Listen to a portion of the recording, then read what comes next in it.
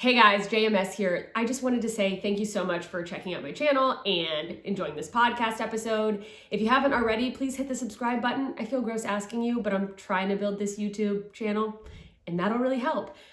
There's plenty of podcasts to check out. I've got some stand-up posted, and if you want to see me live, head over to jmscomedy.com to see when I'm coming to a city or town near you. Enjoy this episode. What you just said is one of the most insanely idiotic things I have ever heard. What kind of ignorant shit is that? At no point in your rambling, incoherent response were you even close to anything that could be considered a rational thought. You idiot, you fool! Hey, dummy! This is the Ignorance is Blessed podcast. Everyone in this room is now dumber for having listened to it. Hi, everybody. I am here today with an incredible guest. She is a certified holistic health coach and founder of Hannah Aylward Nutrition. Surprise, it's Hannah Aylward, everybody. Hi, I'm so excited to be here. I am so excited to have you. We are going to be talking today all about healing our gut health, about nutrition and digestion and how our gut is connected to our brain. And I would love to squeeze in a little bit about bloating, because if my listeners are anything like me, it drives them up the wall. But before we dive in and I pick your brain apart about all these incredible things, I would love to know, could you tell the listeners and everyone a little bit about how you got started on your nutrition journey? Yes, absolutely. So, I think a lot of the people in the field get into the field because they needed the help, right? So, Yes. I was on the struggle bus hard with really, really bad digestive issues, and I felt like I struggled with what I ate and how my body reacted for like most of my life. I lived in a body that I was just fighting. Nothing was easy. I was like controlling the food that I ate to try to look a certain way, and my body didn't look like other people's. And it was very negative. It didn't start out very positive. Fortunately, it was positive, but That's it was good.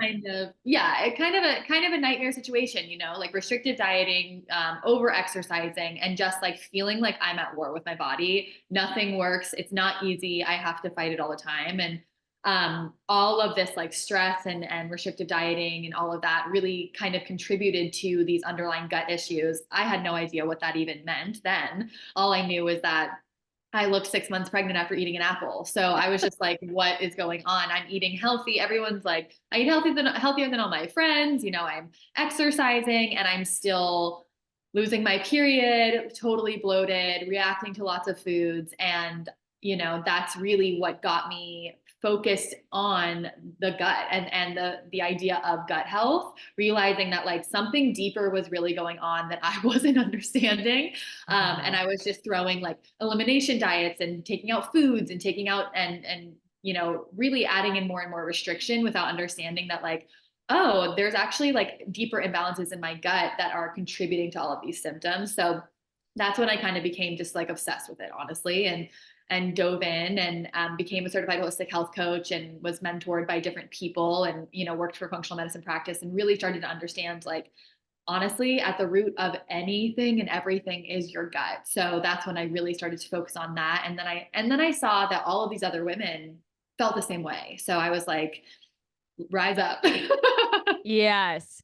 Oh, I'm sure like especially the women listening are no stranger to, on top of having the struggle of like the feeling of your body and things you're eating, setting things off. We of course also have this inundation of like being image obsessed and like Oh yeah. the amount of, crash diets. And as you said, like random elimination diets for, with the goal of like attaining a certain look, let alone a feeling is, extremely relatable. But and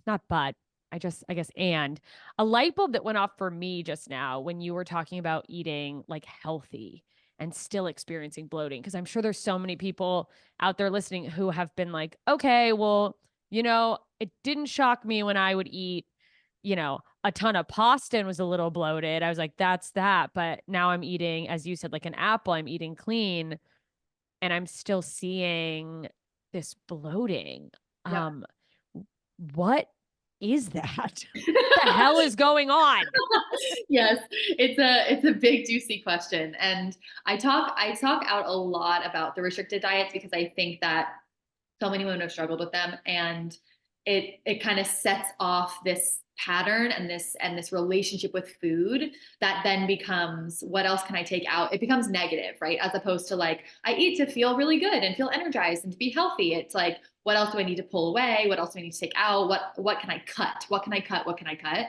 And the reality is that when there are these underlying imbalances in the gut microbiome, so for example, something like gut dysbiosis, which is really just an imbalance in our gut microbes, we're going to react to tons of foods. And like, it's not the apple's fault at this point. It's not the broccoli. It's not the onion. It's the fact that we've got an imbalance in these bacteria. And I just like want to scream that from the rooftops because so many women just keep peeling things out, right? So before you know it, they're eating like 5 foods, right? And that Wow. is not what we want, not okay. Physically based on like nutrition, but also like mentally and emotionally, it's like not where I want anyone to live. You know, my goal is always to get our clients to the point where they maintain a good, healthy lifestyle, and they can go out for a sliced pizza and a glass of wine, and they aren't paying for it for 3 days. You know what I mean? Wrecked. Right. Yeah, exactly. So these underlying imbalances that contribute to bloating can be so many different things, honestly. Gut dysbiosis is a huge one that we see. Parasitic infections, Helicobacter pylori infections, fungal overgrowth, or like candida. Candida kind of gets like thrown around. People have heard of it. Yeah, I've definitely, that's the one I've heard of. The rest I'm like, what?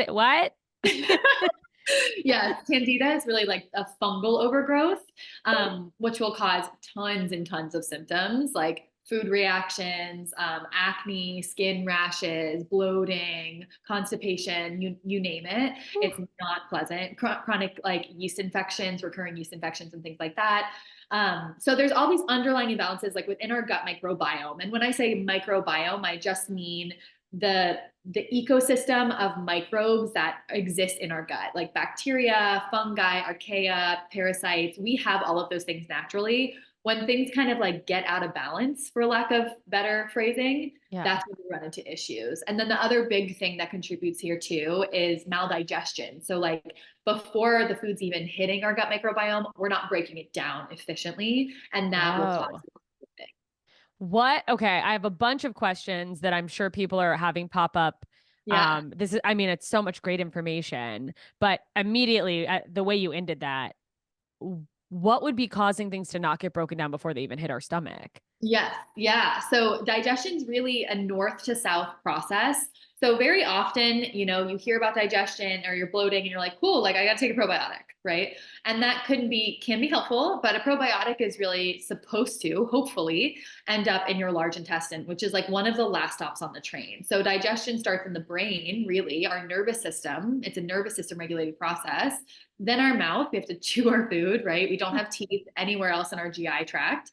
Hopefully. And then, yes, exactly. Honestly, it probably help a lot of people, but then we're really relying on these digestive juices. We're relying on stomach acid, bile secretion, and the release of pancreatic enzymes. And these are what actually break down our food, right? So Wow. before it's hitting our microbiome, all of this other stuff has to be kind of optimized, or we're just going to be spinning our wheels. Wow. Okay. So is there truth in the fact that you need to chew your food either slower or more? Because I've heard those things, but I think I always heard them in some sort of like 1950s diet article type of way. They're like, lose 10 pounds by chewing every bite 100 times. But is there Right. truth to like the like chewing process helping with Yeah, that? absolutely. Yeah. I think the diet industry is kind of like chew it so you get full faster or something.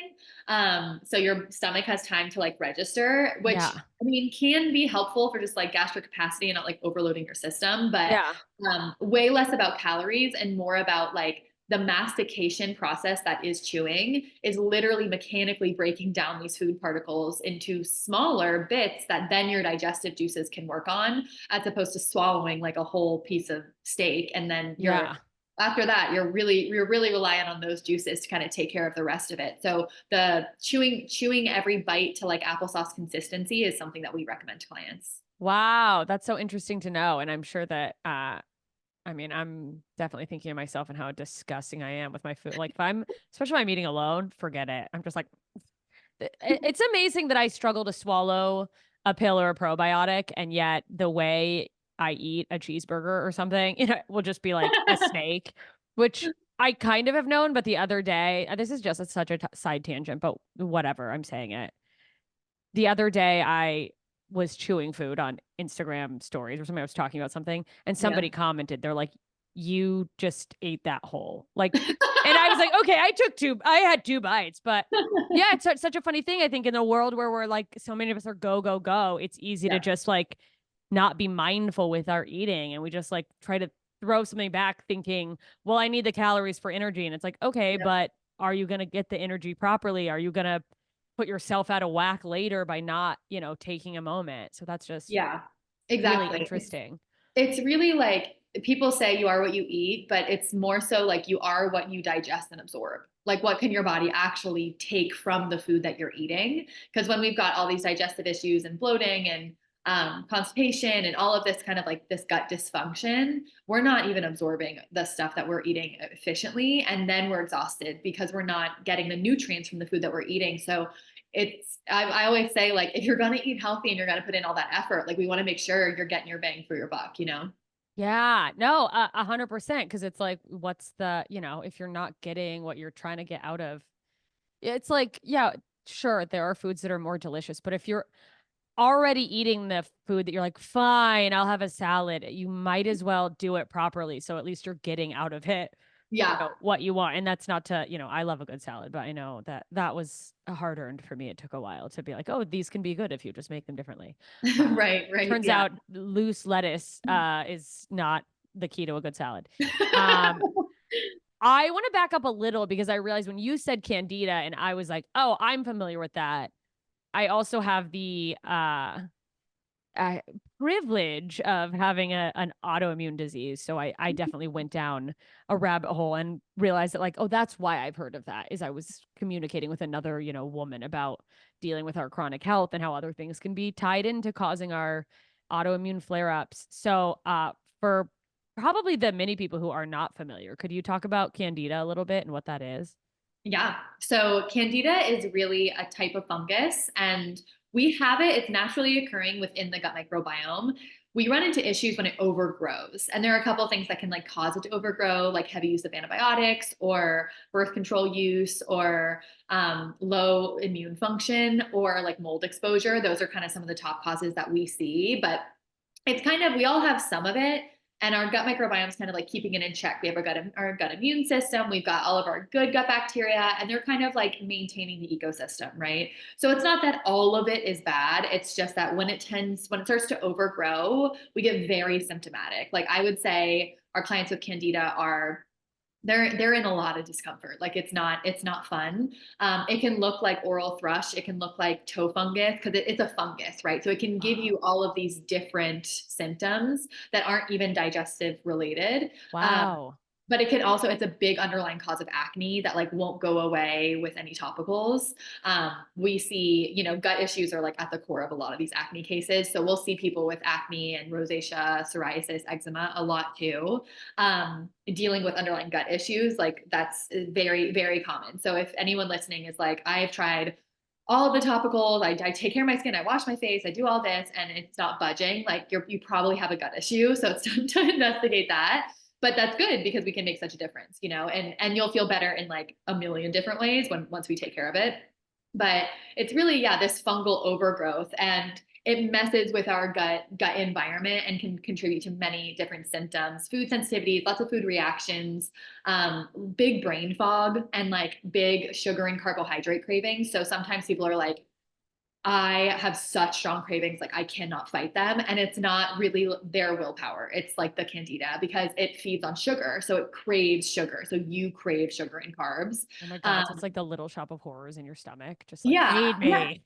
right. And then comes like Whoa. the self shame spiral where you're like, I have no willpower and I no motivation or whatever, when really it's not that. It's like your candida and your hormones are all Yeah. messed It's like your body is sending off the wrong signals. Exactly. Yeah. Yeah. So Wow. that's like one of the imbalances that we see present. We catch it quite often.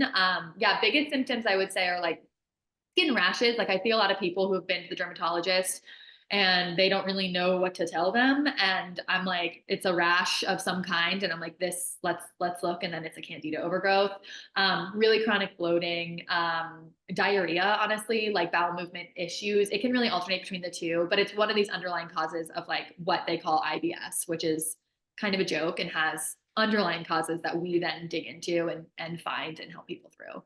Really? Yeah, I Oh guess yeah. IBS is sort of like to me, it always just feels like a label thrown on a symptom. I mean, my Yep. mom Yep. very loudly in a very quiet restaurant not long ago was like, I've had IBS since it was called spastic colon. And I was like, I don't think you needed to yell that. But yeah, it is. Okay, let's explore that a little because I Yeah. feel like the people I know who have IBS or struggle with those issues, everyone seems to just be like, that's just the way it is. Right. I've just got it. So what really is like Yep. leading to this? And are there things that could be done that maybe people aren't aware of that could drastically change their IBS? Because I think people think it's a life sentence. They just go, it's just how I am.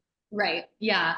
Yes. Oh goodness. I mean, I'm gonna like step up on my soapbox here. Yes, So, please. IBS is it's like what I call a BS diagnosis. It's a diagnosis of exclusion. So what it is like, hey, we've run this test. You've probably gotten a colonoscopy. You maybe have gotten an endoscopy. We've run some basic blood work. Everything looks normal. We don't really find anything. However, you're like, I feel like I'm dying, right? Like I'm like bloated. I'm like running to the bathroom. I'm afraid to leave the house. Like I'm afraid to walk around the block without a bathroom in sight. I mean, Yeah.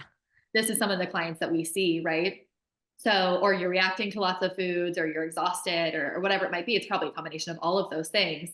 So, it's really a diagnosis of exclusion. They're ruling out things and then they're saying, hey, you have IBS, which basically means we don't know what's going on. We Yeah. It's don't, like fibromyalgia for your asshole. it's like, IBS is just, it's irritable bowel syndrome, and a syndrome is just a collection of symptoms. So, Yeah. it's literally, if you say your digestive symptoms are my bloating is because I have IBS, it's like you're saying your bloating is because you have bloating. That doesn't make any sense, right? Yeah. We haven't dug deeper and dug into any of the root causes. And that is like the work that we do with clients. We help people with IBS like literally every day, essentially overcome their IBS, or if not, minimize it by like 90%. And what it comes down to is really understanding the why, right? So at my company, we practice like root cause care. So we're digging in to understand what is the cause of these IBS symptoms, because they're just symptoms. So candida can Yes. be the cause. Small intestinal bacterial overgrowth, or SIBO, is a big cause of IBS. There's some research that says it's responsible for like up to 80% of IBS cases. To be completely honest, that's not what we see in practice.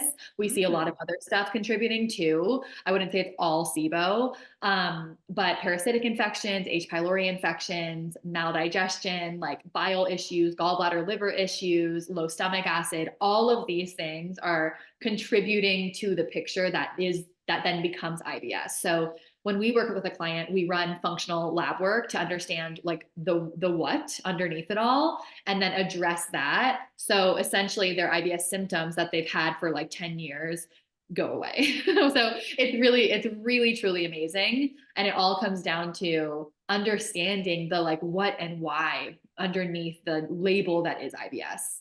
Wow. Holy shit. No pun intended. Yeah, there you go. So along with SIBO, you named like quite a bunch of different things. Are there other ones that are kind of the most common culprits, or is it just like such a range?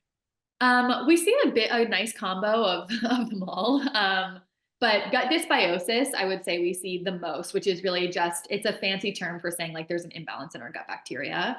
And there's a couple different expressions of that. Like we can have not enough of the good gut bugs. We can have too many of the opportunistic dysbiotic gut bugs. We can have like histamine producing bacteria. So then people have more of that histamine intolerance picture. So like, that can cause bloating. It can cause sinus and like runny sinuses, congestion. It can cause painful periods, headaches, migraines, skin rashes. So all of this stuff, I mean, I'm a true believer that like every symptom has an underlying gut issue, because that's what we see. But yeah, I think gut dysbiosis is one of the biggest things. We see a lot of H. pylori as well, which is just a bacterial infection. I was just going to ask, is that like a bacteria? Are there like, are there kind of overlapping or common things, either like missing from diet or like too much in diet, that lead to those things? Like, are there certain foods that are big culprits? That's a great question. H. pylori is not necessarily like it's kind of just an infection that you get. We've been like Okay. co-evolving with the bacteria for hundreds of years at this point. It's very like widespread, up to, they say 55% of people have it. And it's all kind of about like whether your immune system can kind of tolerate it and regulate it or not. By the time we see a client, it's impacting them because they've come to see us, right? Yeah. So we're kind of taking care of it, but practitioners have slightly different opinions on that. For the most part, we take care of it because we see it causing reflux, GERD, indigestion, constipation, etc. But that is more so just like an infection. You can kind of pick that up. Same goes for parasitic infections. You can kind of like pick up a parasite. Is that like the way you'd pick up a like cold? Well, really, you can pick them up through like dirty water. You can pick it up in a lake. You can pick it up in like a dirty like door handle, a dirty toilet. Yeah. So, but the thing is that our body has some built-in mechanisms to protect us from these things. We want nice, robust stomach acid because it helps protect us from these infections. We want good gut immunity because it helps protect us from these infections. So it's more so like when you've been living a life of like high stress, burnout, under eating, restrictive dieting, over exercising, like people pleasing, all of that kind of stuff. And then you get hit with something, your defenses are kind of down, right? So those things are more infections. Gut dysbiosis is more so, it can be the result of many different things. High stress, like really high cortisol levels over time. A poor diet for sure can contribute to it. And then low stomach acid, because when we're under stress, like we don't digest our food as well as we should. Stomach acid production goes down, blood flow goes away from the GI organs. So it's like, we have to look at all of this very holistically. When we work with clients, we're working on nervous system, stress, nutrient repletion, blood sugar regulation, gut infections. Like it's very comprehensive because all of these things can contribute to these deeper imbalances. And then with SIBO can have some underlying causes too, many different ones, one being food poisoning, but that's not everyone's case. Oh, wow. Yeah, but under eating, like over restriction, can cause something like SIBO too. Is it like because that takes away certain like nutrients you need that help build that like good like gut bacteria? Partially, yeah. So, anytime we're taking out like tons of different foods and food groups, like we're going to end up with nutrient deficiencies. We're designed to eat like nice, balanced meals. But the other biggest thing is that, when your body doesn't feel safe and it doesn't have what it needs, things start to go haywire. So it puts your body in this state of stress. If we're not regulating our blood sugar and eating good balanced meals throughout the day, our blood sugar is going to crash. And when our blood sugar dips low, our body kicks out cortisol to like keep us alive. So our body like registers that as like almost fight or flight, like yes, survival. Stress. Yep, okay. Exactly. So anything that's really putting you in that stress response, which, I like to have a big conversation about it because it's mental and emotional. Yes. Like, oh my gosh, I'm caught in traffic, or like my inbox is full of emails that I'll never get through, or my to-do list, but it's also physical, blood sugar dysregulation, under eating, over exercising, any of these things that are putting our bodies in these states of that fight or flight response, can stem from that physical issue, right? Not necessarily just like, oh my gosh, I'm so stressed about my things I have to get done. Wow. There's things like that you can physically be doing that can set off that system. Absolutely. Yeah. Yeah. Wow. I'm like, my brain is like, oh my God, so many questions. I want to touch on one thing that popped in my head as you were talking about certain things being bacterial infections you can pick up, and then we'll take a break. And when I want to come back, when we come back, I do want to talk about that like stress, like gut brain mental connection. But me being not a doctor, having like a basic knowledge of medicine and caring for myself, when you say bacterial infection, I go, okay, so antibiotics, is that how you help with stuff like that? Good question. Not us. No, we don't, but you can. I mean, you can take the traditional way to handle like an H. pylori infection is triple antibiotic therapy. So yeah, exactly. So that's not how we handle it. We use more natural modalities, and we are not medical doctors. Like I have a team of functional registered dietitians, so we use natural supplements to eradicate these things, infections, overgrowth, fungal overgrowth like candida, et cetera. We're going to use more like natural supplements, herbs, things like that to get rid of it. And there's really effective stuff that you can use that's been proven to be just as effective as like the antibiotics that do, in my opinion, less damage, right? Yeah, that they kind of go in and maybe only target the negative, the thing you're trying to get rid of, as opposed to, I know with antibiotics, it's just like, well, we'll just burn down the whole forest to get rid of that one tree. Exactly.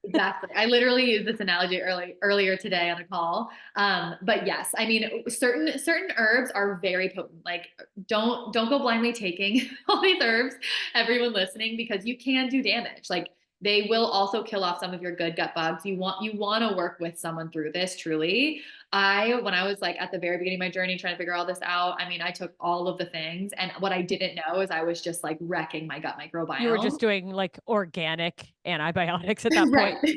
Right. You're just like, I chugged a whole water bottle filled with oil of oregano. I don't know why I don't feel good. Exactly. Right. And then I'm like, I have no good gut bacteria left. So then it's like you can never recover because you've got no good stuff even available anymore. So I do think in overall they do less damage, but you still want to be mindful with them. Yeah. Okay. Well, under the caveat, everyone listening, that don't go taking these without consulting someone, but because I know there are, fad things come up where, or not even necessarily fad, but things get really trendy, and it's like, everyone starts snorting turmeric or whatever. No one's said that, and I know turmeric does have some positive stuff, but are there a couple that, and again, to emphasize, make sure you speak to someone who's a professional, but like a couple that you could name that are really helpful when taken correctly? Yeah, we use a lot of like combination formulas. So we use a lot of like broad spectrum antimicrobial formulas because these bacteria get resistant. They don't want to go away. So we like to like switch it up. And honestly, we customize it. We don't customize it for every single bacteria, but we customize it based on what the client has. So if there is like a Pseudomonas overgrowth, we're going to use something specific for that. If there's a Morganella overgrowth, like sage is great for that. If there's a candida overgrowth, then we want to use antifungals, not necessarily just antibacterials. The nice thing with herbs is there's a lot of overlap. So you can bring one in and it can be, antiparasitic, antifungal, and antibacterial, which is great, which you don't get with an antibiotic. So there's tons I could list off, but honestly, like you want to kind of know what you have going on so you can then take the right thing. But there was for a while, like Paragard was going around TikTok, I think, and everyone was like parasite cleansing. And I was just like, please spare your gut microbiome. Like, don't. No. It's an intensive like antimicrobial formula. And if you're not prepped for that, like you're going to feel like you got hit by a car if your drainage pathways aren't open, if your gut immune function isn't strong enough, like you'll feel worse because these bacteria house toxins, right? So when we're killing them off, that we're like releasing more toxins. Oh yeah. Cause that's their like almost their defense mechanism Yeah. Wow. So it's like you just want to be mindful of it. But yeah, I mean you can do a quick Google search and find like different antimicrobials. It's just like dosage, time, and what you have going on plays like a huge role. Yeah, don't just go balls to the wall. Yeah. Before we cut to a break, I do want to ask, because you mentioned TikTok, how often are you getting clients that come in with some crazy thing they heard on TikTok? Let's see. Honestly, I don't think it's that often because I think that our client is typically like they've been like on the journey for a long time. They're already looking up. That's how they came across you, is like right. They've like probably tried a lot of that stuff in the past and it didn't really do anything for them. And they've seen 4 gastroenterologists and like they've like really been through it. They're kind of deeper in their journey. Not everyone that we see, but I'd say majority of our clients is kind of like, I've tried everything. You are my last resort. And I'm like, I wish we weren't, but I wish you would have thought of us earlier, but happy to be here. like, I'm glad you're here now.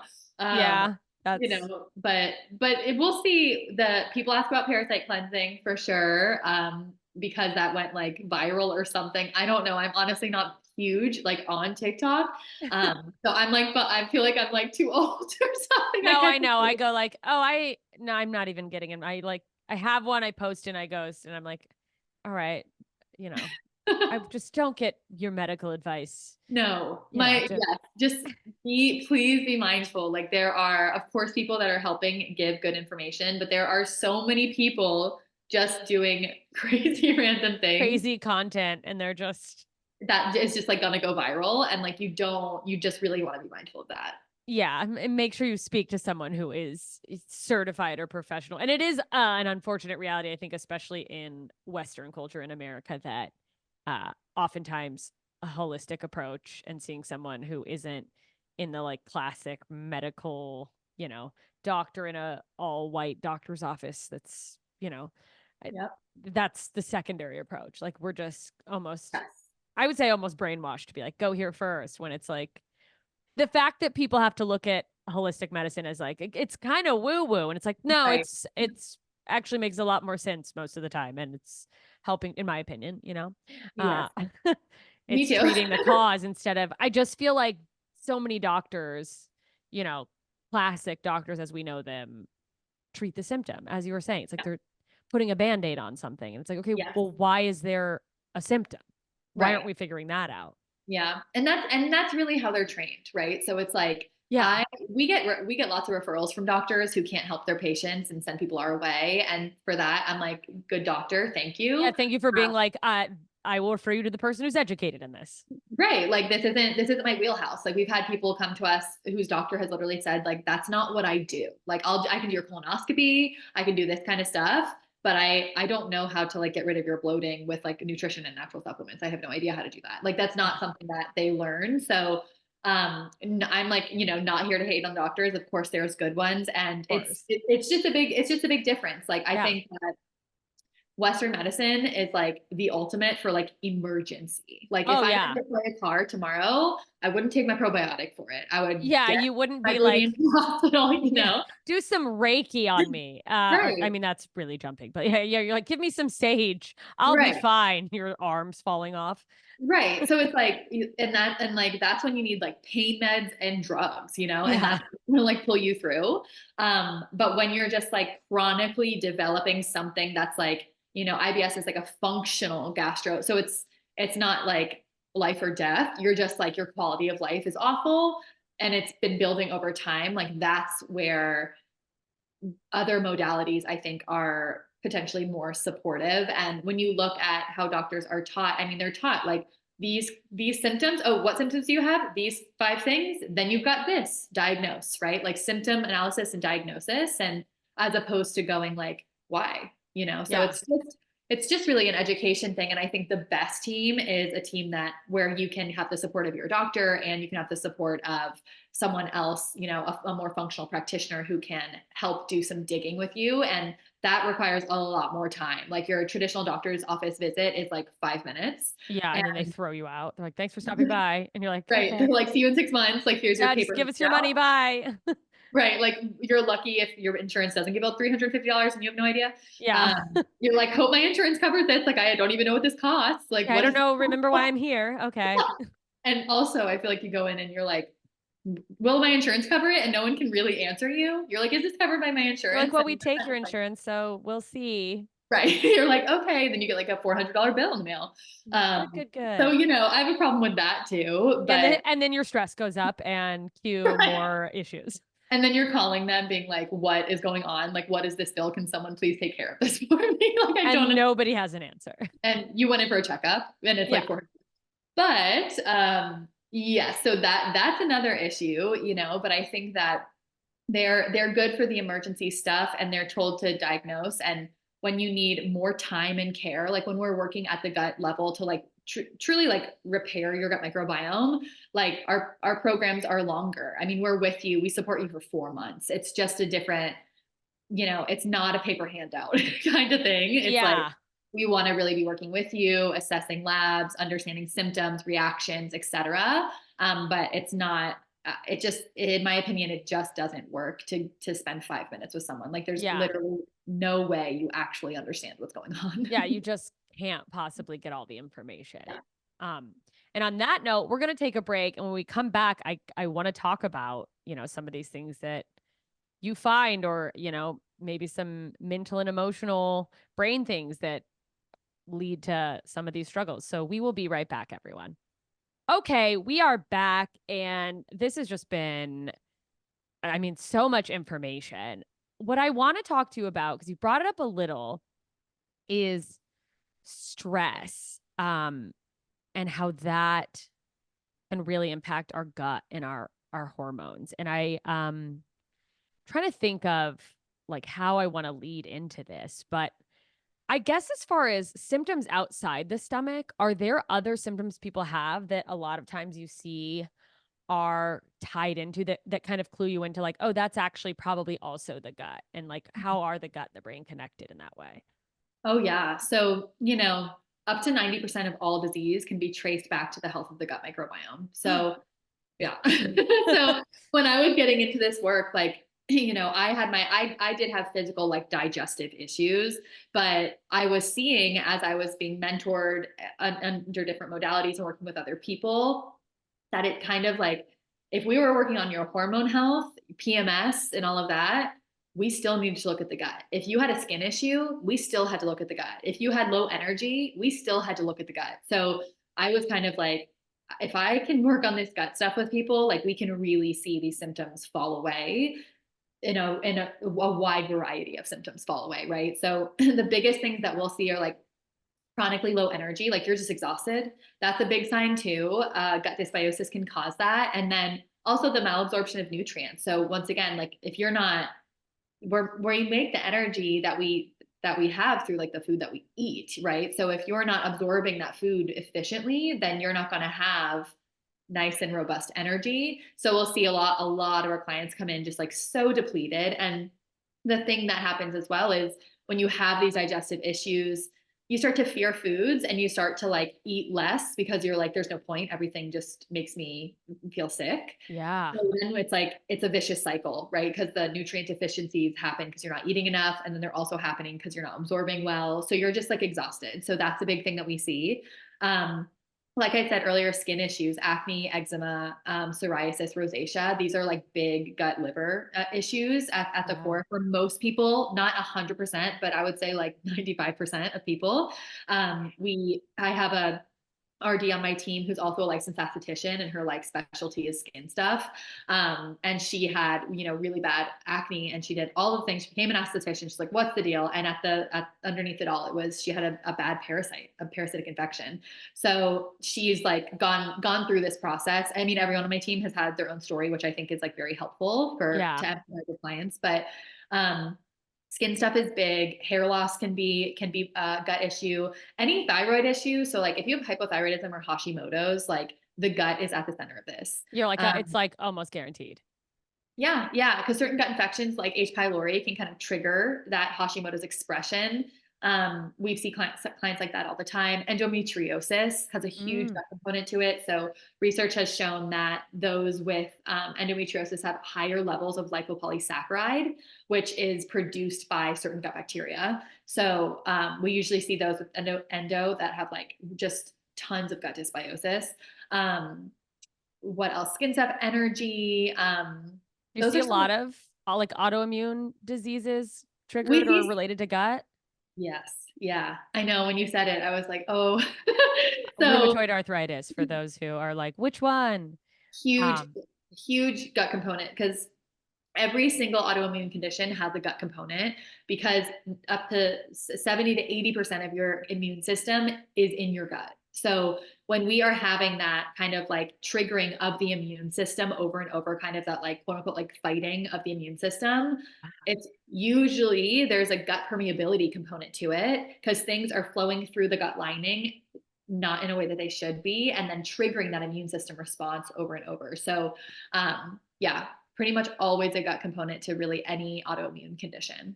Wow. A thing I've heard, which maybe other people listening with autoimmune or stomach issues have heard either thrown around or talked about, or leaky gut. Yep. And that term creeps me out. Uh, because it's like, what do you mean? It's okay. And you just said something that like made that go off when you're talking about like things permeating the gut. Yep. Okay, how does that happen? And are there certain foods or certain things right away now someone who's listening could be doing like to be exacerbating that, or are there things they could be doing to make it better if that might be an issue? Yeah, totally. So yeah, I mean, leaky gut is just like when we have increased intestinal permeability. So our gut has an epithelial lining. It also has a mucosal lining that we want to be nice and robust as well. But that epithelial lining is just a single cell layer thick. So it's like thinner than your fingernail. So we Wow. have these tight junctions along the lining. So like these cells should be in nice and tight. You can think of like a brick wall. Everything's like nice and sealed up. When these tight junctions start to open up a little bit, they get leaky, enter leaky gut, or more technically, increased intestinal permeability or hyperpermeability or Yeah. whatever. But what's happening in that state is that we have undigested food particles and proteins flowing through that gut lining that shouldn't be. So the gut lining is semi-permeable in nature because you absorb your nutrients, right? Yeah. But we don't want it to be too permeable because then things start to flow through. And on the other side of that gut lining is your immune system. That's like, is it good? Is it bad? Cytokines, reactions, like, like Just error, panic. Yeah. panic, right? So it gets falsely triggered when, I mean, when you think about it, the gut lining is kind of like it's always working to seal up and it's kind of self-healing in a sense, but if we have a bigger issue contributing to it, then at that point, once again, like it doesn't really matter what food you're eating, it's flowing through where it shouldn't be. It's not being broken down efficiently, and then we've got these toxins and substances flowing through, triggering that immune system response. That's when we also see lots of like food sensitivities in people and food reactions. Wow. Food sensitivities are like not a root cause; they're just the result of other stuff that's gone wrong. Wow. Yeah, stress will contribute to leaky gut for sure. Trauma, childhood trauma. Oh Um, yeah. yeah, and then different gut infections. So well, SIBO's not an infection, but overgrowths and things like that that are going to irritate the gut lining are also going to contribute to that. So leaky gut isn't like really a root cause on its own either. It's kind of like what caused the leaky gut. That's kind of the investigative work that we're doing with clients. It's never really going to exist like just on its own. Gluten has been shown to create increased intestinal permeability in some people. I don't think it's something that every single person needs to take out, but I would say if you have an autoimmune condition, it's probably best to take it out. Yeah, for sure. That's what I've heard. And I say unfortunately because of all the bread I like. Unfortunately, I noticed a positive result when I Yeah. started not having gluten. Uh yeah, shoot. I mean, you said childhood trauma. Yeah. Is that because like if you have childhood trauma, you could be having like stress responses? Yeah, pretty much. So, I mean, saying childhood trauma, like it's a big thing. It's a Yeah. big topic, right? You're like, Everyone, well, I was abused, so of course I can't eat sugar. And you're like, what? it's like it's easy to be like, oh, it's just a childhood trauma, and you're kind of like, yeah, like tell me about it. But um, everyone has a different expression and different story, so it's kind of like we can kind of group it in that way. But and when you think about it, like for me, for example, parents divorced, like very bad, all of that stuff, and lots of instability in the home. So my nervous system, all it knows is chaos, right? All it Yeah. knows is I got to tiptoe around this. Is this person happy? Am Walking I on safe eggshells. here? Oh yeah. Yeah. I mean, the nervous system work is a huge part of my story because I like had my fall to my knees moment where I was like, something's got to give. Like, I don't know what's going on, but Like I can't do this anymore. okay. Yeah. Yeah. And, it was a blessing in disguise, but very, very painful. And so it's like everyone has these different kind of expressions of it. But to use myself as an example, like I have to be mindful or else I'm almost like inviting in the chaos because I feel more comfortable in the Yeah, chaos. like you have to check yourself before you're Yeah, like, because sometimes like calmness can seem almost unsafe. wrong because it's unsafe because you're not. Well, yeah, it's like your nervous system gets used to. I just read this book, written by I can't remember the guy's name. It's a really great psychologist and Oprah. They like co-wrote it called "What Happened to You." Cool. And there's a bunch of research about how, and I was listening, I did the audio and I was listening to going like, oh, so I'm just fucked. But like about how if your brain gets you're used to a certain response from people. When you don't get like, even if it's an unsafe response, if you don't get that response from someone, like the response that your brain expects, instead of going, aha, I'm safe, your brain goes, something is not right. Yeah. And then it sets off the alarm bells of like, this isn't how this is supposed to happen, which creates that stress response, which I'm sure, cue the cortisol and whatever else. Exactly. Yeah, exactly. And it's like your brain ultimately wants to keep you safe. So I think it's important to remember that all of these ways of being, that like coping mechanisms essentially that we've developed, like tiptoeing, like not speaking our needs, like perfectionism, like working ourselves into the ground to finally be worth loving, right? Like these kept us safe at some point in our lives. Like, there's a reason we developed that. Exactly. Like my hyper independence and my like hard work ethic got me love at some point in my life. So I kept going with it. Right. Yeah. Like I was like, great, like this is working. This is how you get that. Yes. Right. Like if I work myself into the ground, then like people say good job. So then I am worthy. Then I'm worthy and I won't get like kicked out of the tribe. Right. Like I'm safe here. So safety. Exactly. Like your brain and body is just trying to keep you safe. So anything that is outside of that normal response, including like taking a trip that you're really scared to take or whatever, like it can kind of manifest in different ways, is going to feel uncomfortable and unsafe. So it's really like building that nervous system resiliency and having the awareness. So you can say like, oh, I know this feeling. Like I don't actually have to be scared for my life here. Let me calm and support my nervous system in this moment. I can feel the trigger. I'm still triggered. This is still but triggering. You can catch the fact that you're triggered. Exactly. And then regulate and work to regulate. And there's so many gorgeous tools for that, So I'm kind of like of the belief that we're always going to be working with like some of this throughout our lives. Of course. I don't really know if it all goes away, but if you, I'm with you, where I remember having the moment of like, oh, you don't ever just like go like, well, I'm healed. Yes. And I'll never feel bad again. Like that doesn't come. You just get better at going, oh, I'm having the thing where I am getting upset over, it's not really, this isn't a situation. I'm just being triggered. Exactly. Or like, oh, like this instance feels really intense to me, but it's actually because a very similar situation when I was 4 that felt really, really intense to me. Like my body knows this feeling, right? So it's like, oh my goodness, it's wild. But in regards to like the gut, if we are tiptoeing around people's energy, if we are people pleasing, if we have like leaky boundaries equal leaky gut, right? It's like we have to take care of our nervous system, because if we don't, then exactly that, it's stuck on this kind of fight or flight loop, because that's maybe all that it's ever known to stay safe and to stay alert and ready to run based on what you've endured in your life.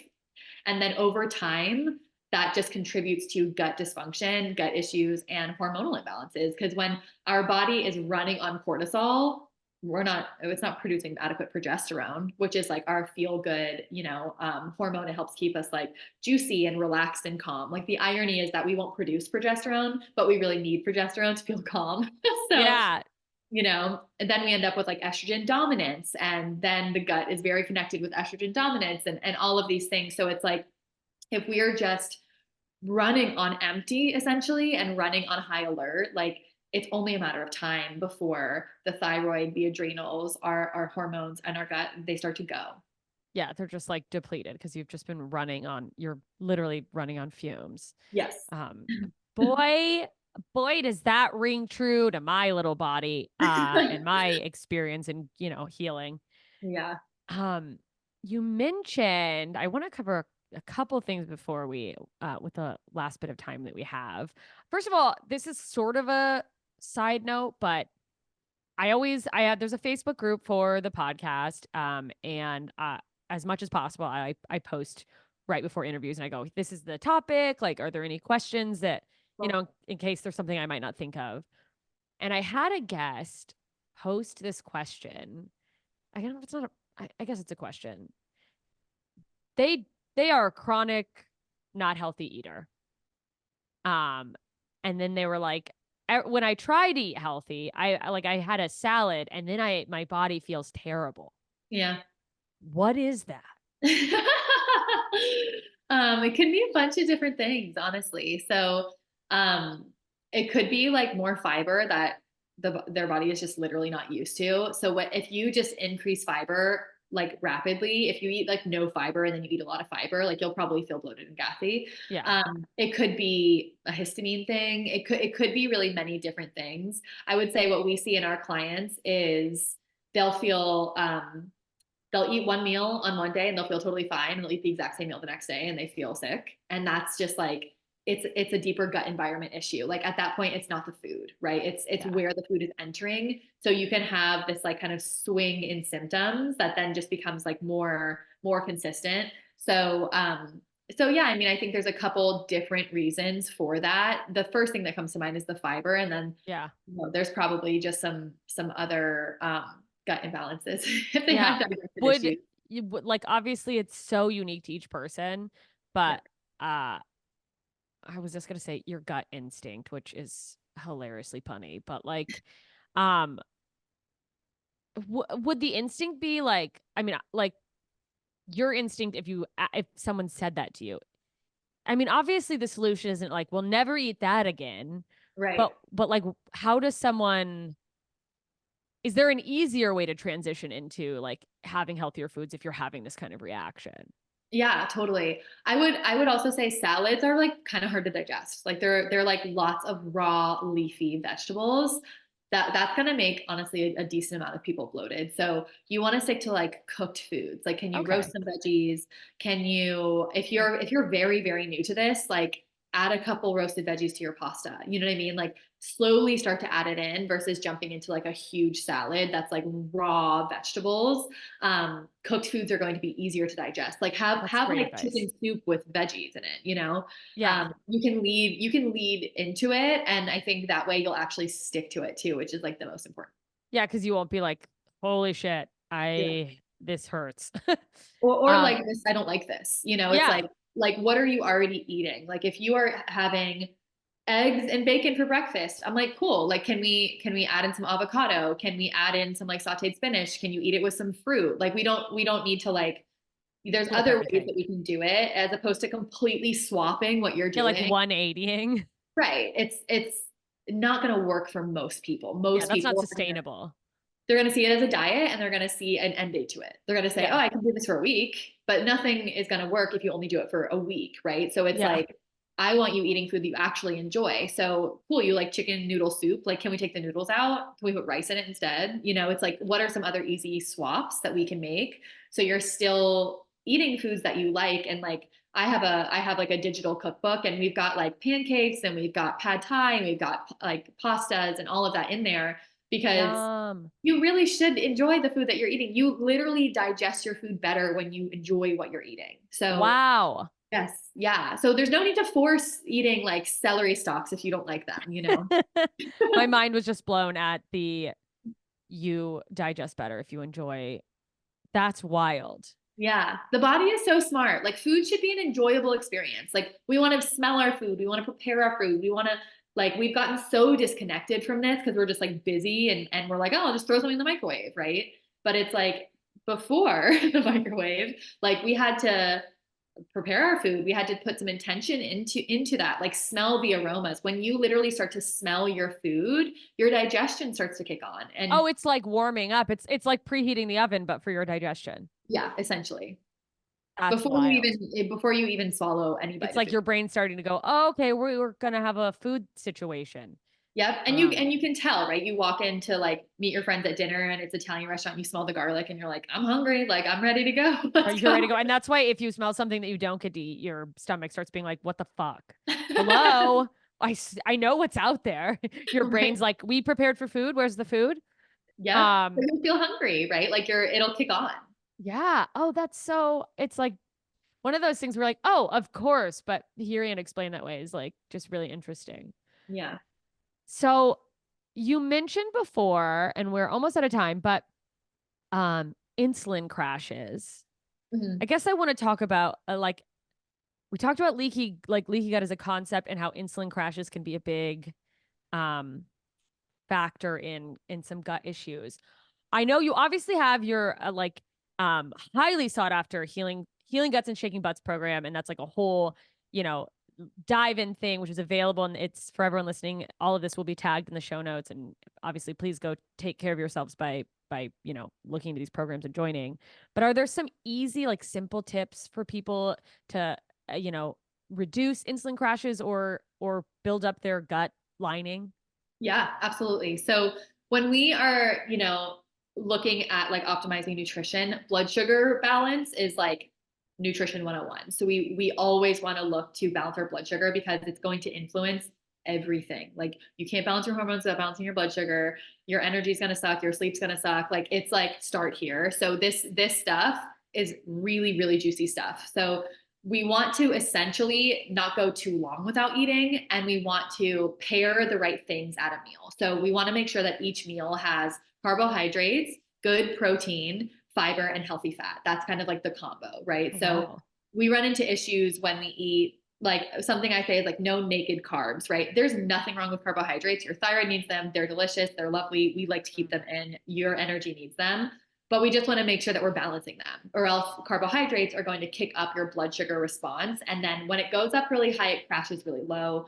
And when it crashes really low, you get hangry, right? You're like palming whatever you see in the fridge first thing. Yeah. And you're just like, I'm like ready to rage. Like you have no regard for like you don't what even you're care. eating. You just grab the first thing you can. Exactly. And like, we've all been there. I mean, me included. Oh, yeah. It Yeah. happens. You have a long day, whatever. But that's when you sit at the restaurant and you're like, I don't even care. Like, give me the bread basket. I'm gonna eat the whole thing. I'm not even hungry when my meal comes anymore. Yes. And then that's not like super conducive to like just living a healthy life, right? Surprise. So you're working against your own biology in that situation. And that's not what we want. It doesn't have to be that hard, right? We just want to make sure that we're like balancing our meals efficiently. So protein, aiming for like 25 to 30 grams of protein at every meal, breakfast, lunch, and dinner. And then getting in some fiber. Fiber you'll find in fruits and veggies, nuts and seeds, different grains. So you're going to get some in the carbohydrates and in the other like components of the meal. But I like to just put it in its own thing because it's important to get enough of. And then, good protein, and then enough healthy fat. So like avocado, nuts and seeds, olive oil, avocado oil, coconut milk, things like that. Fat is really great at kind of, helping the body feel actually satiated. Okay. And also it doesn't have a big impact on our blood sugar levels, but like the best is protein. So the best thing to like really balance out your blood sugar levels and actually like help you feel full is protein.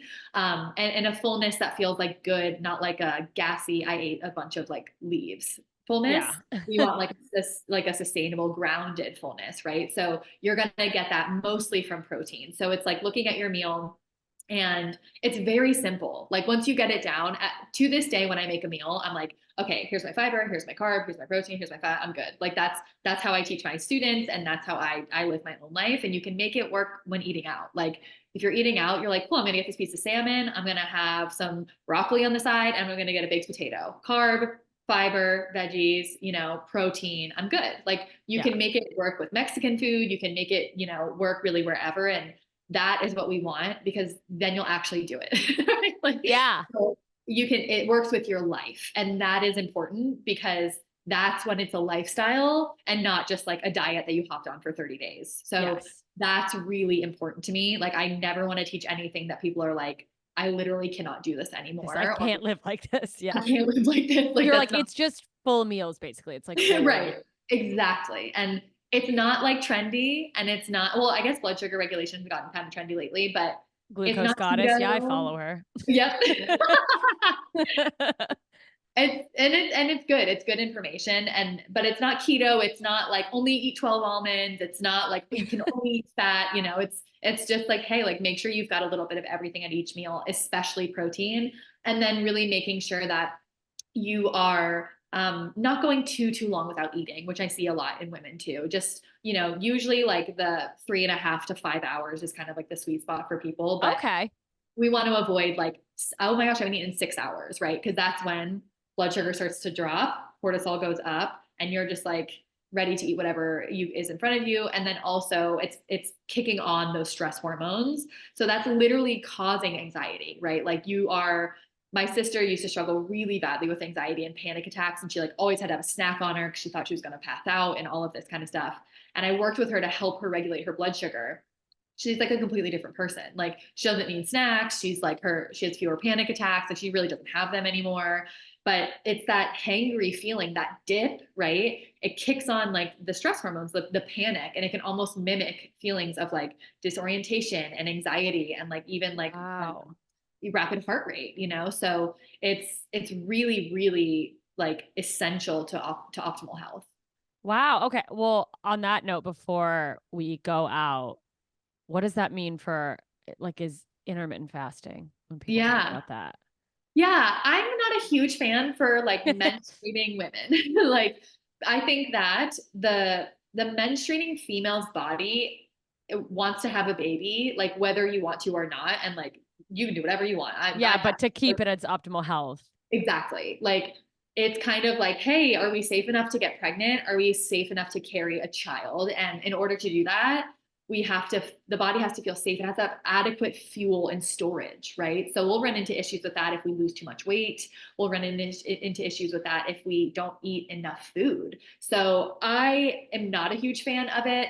I see it cause anxiety in a lot of people. I see it kind of contribute to like dysfunctional eating patterns with a lot of people, kind of like hidden under the guise of like, oh, I'm just intermittent fasting. And I'm kind of like, yeah, but like you're not eating enough, right? So Yeah. I don't love it. But I am a fan of like just a gentle 12-hour fast overnight. Yeah. You're probably doing that already. Like it's like 8 p.m. to 8 You're a.m. not like waking up with breakfast on your nightstand. You're probably doing that. Right. Like, oh God. Right. Yeah. But I do like people to eat within like an hour of waking. Like if you can eat something within an hour and a half, I'd say is like kind of limit. That's ideal. And if you have like bad PMS and hormonal symptoms, like this is going to change your life. Getting 30 grams of protein, like first thing in the morning within that hour of waking, do that for a week and then message me on Instagram.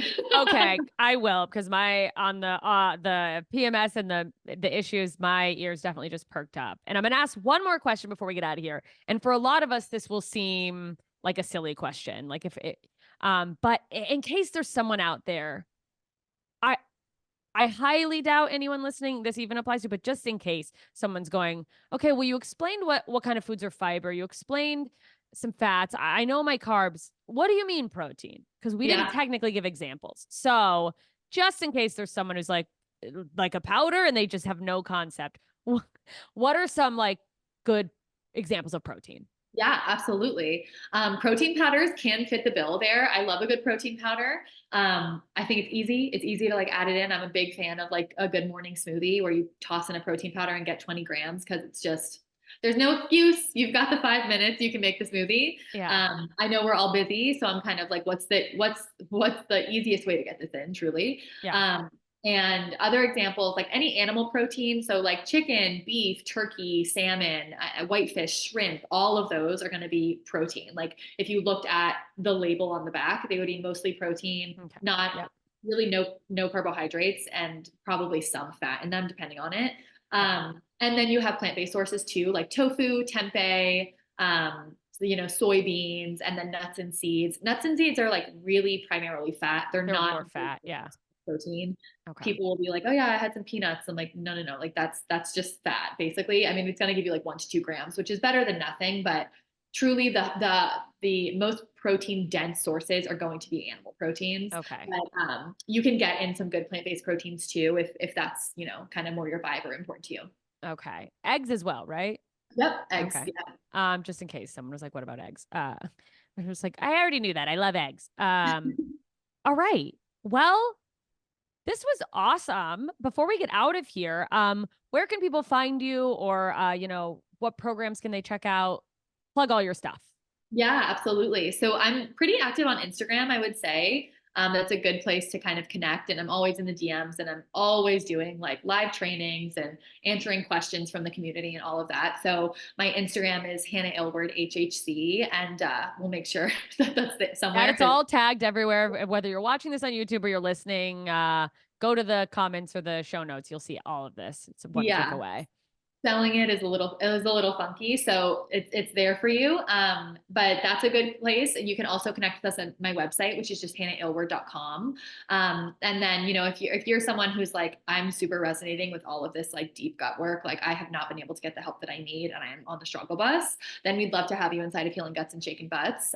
We open the doors up a couple times per year, so best way is really to just connect and we can hop on a call and make sure you're a good fit too. So we want to make sure that everyone that wants to come in is a good fit. And then we also have for you a free quiz. So we've developed a quiz that you can come on over and take, and it's really going to help you identify your underlying root cause. So the quiz is called like, what's my gut health root cause? And I built this out and I'm so proud of it. That is where you should be. That sounds awesome. There's like video content, there's help, and there's next steps and suggestions and all of that stuff. I had so much fun putting it together. So I know that it can be a little overwhelming, right? So you're kind of like, but what am I dealing with? Like, what's going on here? Yeah. So this quiz, I think, would be, it's a great option. It's totally free, and it comes with a handout of information based on your results. So yeah. Oh, awesome. I will make sure to find the proper link to that. That will be in the show notes for all of you. So go check that out. Check out the program if you're ready to really like make that change, and go follow Hannah. And thank you so much for joining us today. This was really awesome. I appreciate it. Thank you so much for having me. It was a blast. Yay. All right, everyone. I'll talk to you later.